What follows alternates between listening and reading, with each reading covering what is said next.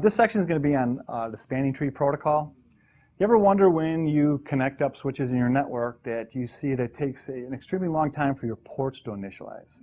Well, you can blame part of that on the spanning tree protocol and the election process that's necessary for switches to coexist. Spanning tree basically is a protocol that does two things for us.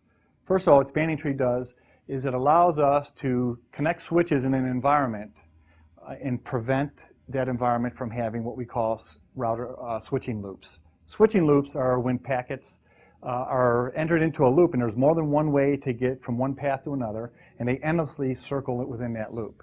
So we have to eliminate that process within our switch environments. The second thing that spanning tree does for us, though, is that it allows for us to have redundancy. So there are many times you're going to want to take a switch and have multiple connections from one switch to another, which would result in a switching loop. But in this case, what it's going to do is going to automatically open that connection for us and prevent that loop from happening. Now, if we have a failure somewhere along the line, the spanning tree protocol will go in and heal that connection and provide that redundant connection so that we're up, back, and running. So basically, that's what spanning tree does for us. It provides for redundancy while preventing us from having switching loops. All right? Basically, the concept of the algorithm for spanning tree is based off an election process. And the election process, basically what happens is that we have one switch that's going to be elected the root.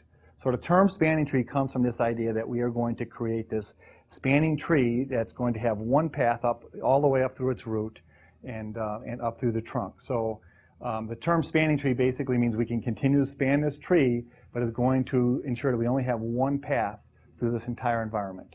Okay, so how does spanning tree work?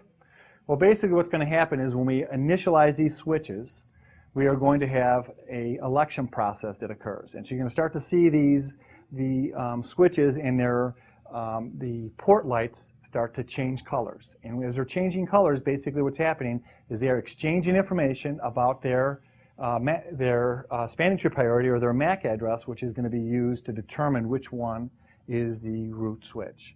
All right, so basically what happens is this. Out of the box, all of these switches basically will have the same spanning tree priority. If we don't go in and do any type of configuration on them, they'll all have exactly the same spanning tree priority.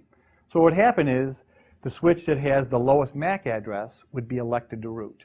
And all the other switches then will try to establish the closest, shortest possible path back to that root switch. Now we can actually intercede because we don't want any switch to be necessarily our root switch. We don't want a switch in an access closet somewhere to be our root switch. So what we can do is we can actually go in and put in a spanning tree priority, assign a spanning tree priority to the switch that we want to be the root, so we're going to give it a lower priority than all the rest of them, and it will then become the root switch. It will go through a new election process and it becomes the root switch. All right, so what we want to do with this is actually go in and experiment with how spanning tree works. And we can do this with Packet Tracer. So if you go to Packet Tracer and you pull out 4 similar switches, so we go and pull out 4 similar switches and we connect them. Well, how do we want to connect them?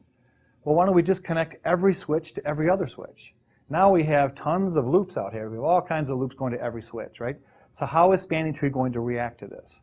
Well, when you connect all of these and make your connections, and remember we have to use the right type of connectors. We're going to use crossover cables between all of these connectors.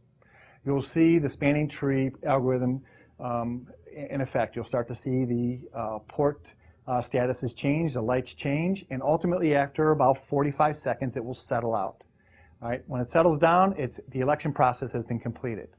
And what we'll end up with is one of these switches being elected as the root switch. And so if we looked at this switch situation, which one of these switches would be the root switch?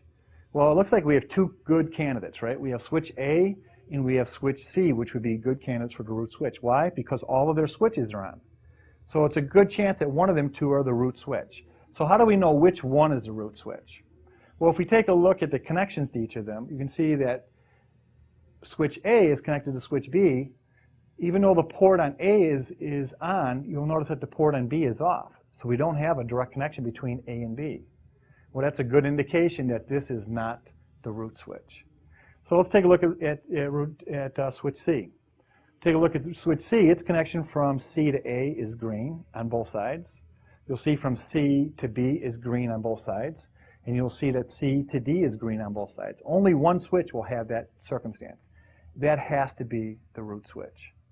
Okay, and we could go in and actually change these.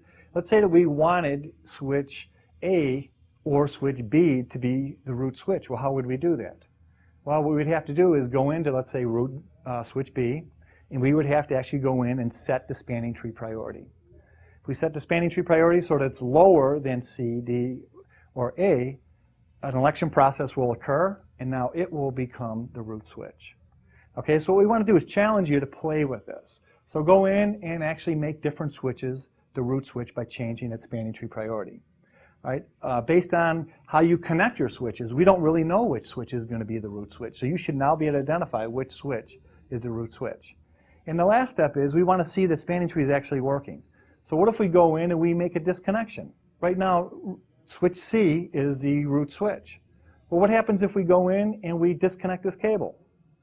Now, switch B no longer has a direct connection to switch C, but it needs to connect to switch C because it's the root. Well, you will see this network will automatically heal itself. Spanning tree election will occur again, and switch B will now either take a path between B to D into C, or from B to A and down to C. So what we want you to do is use Packet Tracer to go in and explore this and see how spanning tree actually works. Okay. The other thing that you can try with this as well is we can add more switches to this. If we add more switches with additional loops, you will see that spanning tree will continue to ensure that we eliminate the loops, but yet we will still maintain that redundancy if needed if we have a break. So basically in this section on spanning tree, what we want to do is challenge you to interconnect switches and see if you can see spanning tree at work and understand the results of the elections, and specifically if you can identify which switch has become the root switch. And that's basically an overview of how spanning tree works. My name is John Sands. I'm a professor at Moraine Valley Community College, and I've been teaching the Cisco Network Academy courses for about 10 years.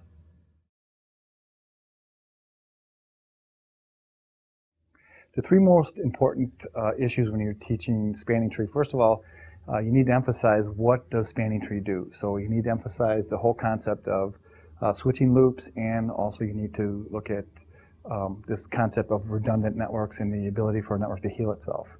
The second thing I would say you really want to emphasize when talking and demonstrating spanning tree is see what effect does spanning tree have on the network. So students need to experiment with this to see, as you add new networks, as you change the cabling, what effect does spanning tree have on the network. And the third thing is I would emphasize is have students play with this. Have them start to recognize what happens when a spanning tree election occurs, and connect and disconnect cables. Have them experiment to see how the network responds and exactly what the timing that are introduced and what impact it would have.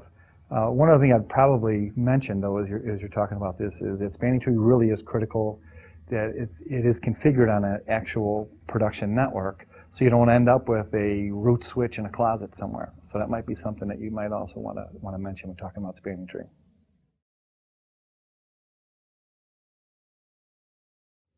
Most important tools in teaching spanning tree, first of all, I would think that the use of Packet Tracer just expands our capabilities. So we can build large networks, large switch networks, and students can see the effect without each student having to have their own stack of equipment. But I would also take the time to bring students into an actual production network and let them see what it looks like on the actual gear itself. And if you can simulate it on actual gear, so they can see what impact it has on a real network.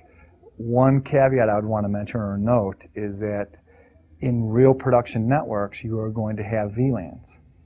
And it's important to understand that every VLAN has its own spanning tree, so things are going to be a little different, a little more complicated in them situations. This is a very intro level to spanning tree, so it's something you need to be aware of, and if you're using this lab on real equipment, you want to make sure that there are no VLANs on the switches themselves.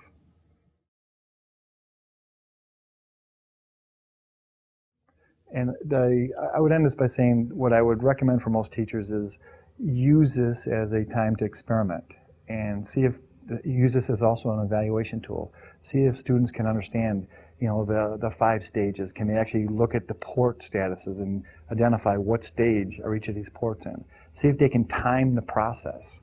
go through and see how long it takes the spanning tree election process to occur. And then we might even take it a step further and turn off spanning tree and see what effect it has. A lot of times we want to turn off spanning tree because that port has no possibility of being connected to another switch. So we want to disable it so that the host or whatever is connected to that device will come up quicker. All right? But we want to start to see real-life applications of this. And now that we have tools like Packet Tracer, let them experiment with it. That's the way you really learn how this works, is to try different experiments and actually have them report on what they find, what were their findings. Put some open-ended questions and go a little bit off the standard labs and let them experiment with this.